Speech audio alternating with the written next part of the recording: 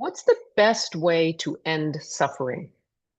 So many people are facing situations. They've lost all their money. They've lost their homes in tornadoes or hurricanes or floods, or they're dealing with sickness. They've lost loved ones. They're in a war zone. So many people are in places of suffering. Well, how do we end the suffering? How do we end that sense of loss that we're all facing, either for ourselves and our own families or for others who we love dearly? How do we end the suffering? Hi, I'm Lisa Taylor, and if you don't know me, we talk here about God's law, the law of good. And we look at Jesus as an example of someone who overcame suffering, who overcame sickness, who overcame death, who overcame all the limitations of this material sense of things. When I look around and I see in my own life, just if I take my own life as an example, just because I can really only honestly speak of the process for me, and I see the times when I've suffered the most, whether that's been physical abuse or sexual abuse or emotional abuse or financial abuse or I mean health. I know there have been very few sort of severe health things because I've been in much more of a what is termed the prophylactic instead of the therapeutic approach to that, so that I demonstrate health rather than trying to maintain it and sort of bring it back. But there have been a lot of challenges that have come up in my own experience. And the times when I have faced the most suffering has been when I've been unwilling to let go, when I have been unwilling to face the fact that person, place, or thing cannot control me. And if I think that person, place, or thing is controlling me, then I'm suffering. If I recognize the suggestion that person, place, or thing can control me, and I turn to God as the source, the only person, my expression of individuality comes from God. God is my source.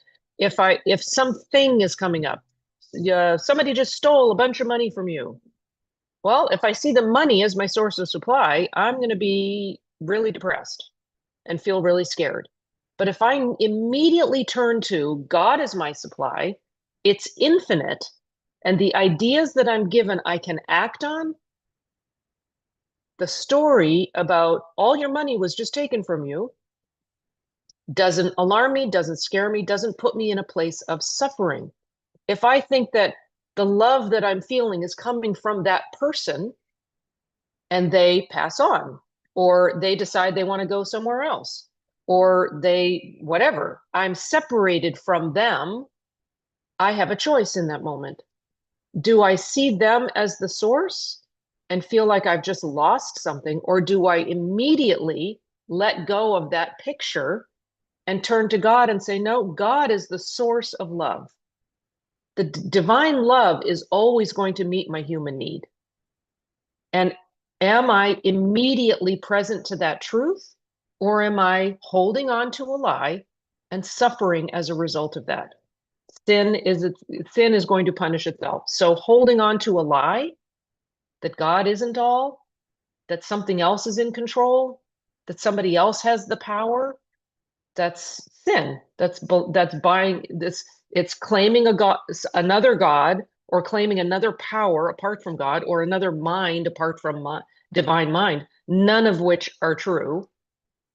So if I immediately can see in the moment, whenever the bad news comes up, whatever the bad news is, whenever it comes up for you, it's in that moment that you get to decide, I'm not buying into the person, place, or thing story. I'm immediately turning to God. Then I don't suffer. It is from that moment of decision where you get the bad news to the moment of letting go that is that period of suffering. As soon as I let go and I trust God, let go and let God, right? As soon as I acknowledge God, look up and know who God is, look in and know who I am as a reflection of God. As soon as I do that, I can look out and I can be at peace. If there's somewhere in that juncture that I'm getting stuck, and I'm still buying into the story of person, place, or thing having control, I'm going to suffer. And I don't need to, because I can immediately, as soon as I recognize that, I can immediately claim that God is all, understand why I know that, understand God is all, claim it, stand on that rock of Christ truth. And Mrs. Eddy's sort of definition of the Christ, where she says, the true idea, voicing good, the divine message from God to men, speaking to the human consciousness, that quote of Mary Baker Eddy is so powerful because it's the true idea of voicing good. I'm not listening to the false idea of voicing error. I'm not listening to the lie, voicing limitation, voicing death, voicing concern, voicing abuse, voicing all the things. I am immediately turning from that lie, the lying picture, which sometimes can be extremely aggressive. Like, let's be real. Sometimes that picture, pain, suffering, can be very aggressive.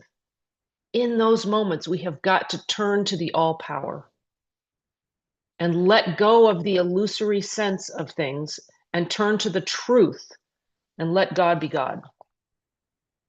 When the Bible says, behold, I make all things new, like God makes all things new. We need to let him. We need to let him. There's that passage in Isaiah where it says, remember ye, don't remember the former things, don't consider the things of old. Behold, I will do a new thing. Now it shall spring forth. It's now. It's not, oh, once I figured this out, once I fix the problem. No, now it will spring forth. And we get to know it. We get to know it now. I will make a way in the wilderness and rivers in the desert. It's like not only is now God in control and the supplier of all good, but he's making the path clear for us to walk on. It's like, why wouldn't I turn to God? If that's what I get when I turn to God and I turn away from the false material sense of things, person, place, or thing, trying to control, trying to grab, like do a power grab. It's like, no, no, no, I have just as much power. No, you don't. No, I can show you this is like, no, like don't even go there. Anyway, this all came out in Morning Metaphys this morning, and we had a lot more examples and specifics, and it was really good. I'm always grateful and amazed by how God shows up. You know that line, where two or more are gathered in my name, there shall I be. It's like happens every single morning. It brings tears to my eyes. It happens every single morning. Like God shows up every time, and God is always here. But we get to experience that every day. And it's like it really is pretty awesome. So anyway, if you haven't joined us or tried it or checked it out, it's not for everybody, but it might be for you. And if you're struggling and you just want a little support in just being consistent in your daily practice and turning your thought to God consistently, check it out. Go to getfreesupport.com and sign up for a free week. See if, try it, see if you like it. One of the things that people say, I hear very consistently, is that they realize how much more quickly they're recognizing the suggestion, right? They're recognizing the devil, they're recognizing the erroneous suggestion or the aggressive mental suggestion, mortal mind. They're recognizing it and turning to God more quickly and knowing the truth more quickly and seeing the actual issue that's coming up and not ignoring it or using circumstance as a reason for not facing oneself. It's like don't do that. Don't like don't use your circumstances as an excuse not to face the angel messages that are coming to you that are saying, you need to pay attention to this. You need to wake up. You need to wake up in this area of your life. Don't use circumstances as an excuse to not do that.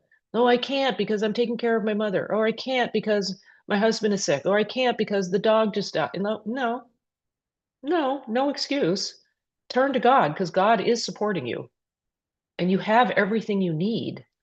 So there's no reason that mortal mind can come up with, person, place, thing, circumstance. There's no scenario that can be painted by the mortal that is any excuse or reason to not face yourself and see who you really are and love who you really are. Like really love who God made you to be. because the world needs you for you. Don't let circumstances tell you that you don't deserve it or you can't or you need to postpone it or any of that BS. Don't go there. Turn to God. Like, turn to the divine. If you don't use the word God, that's fine. Use the word divine or truth or love or whatever works for you. It's like, that's between you and the divine, you and your creator.